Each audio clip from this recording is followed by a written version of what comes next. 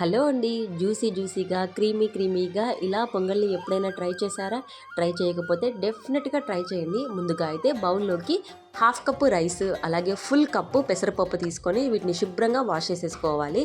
అలాగే 4 కప్పుల నీళ్లు యాడ్ చేసేసుకొని వీటిలోకి హాఫ్ కప్పు పెరుగు, అలాగే కచ్చా పచ్చగా నూరుకున్న అల్లం వెల్లుల్లి పేస్టు, హాఫ్ టేబుల్ స్పూన్ మిరియాలు, స్పూన్తో అలా కదిలించి 3 to 4 విజిల్స్ వచ్చే వరకు ఉడికించుకోవాలి.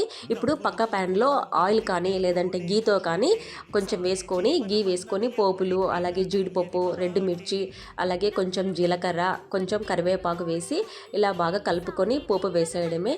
దీన్ని వెదర్ చల్లగా ఉన్నప్పుడు కానీ లేదంటే రైన్ పడుతున్నప్పుడు కానీ ఇలా వేడివేడిగా చేసుకోవడం అంటే నాకు చాలా ఇష్టం.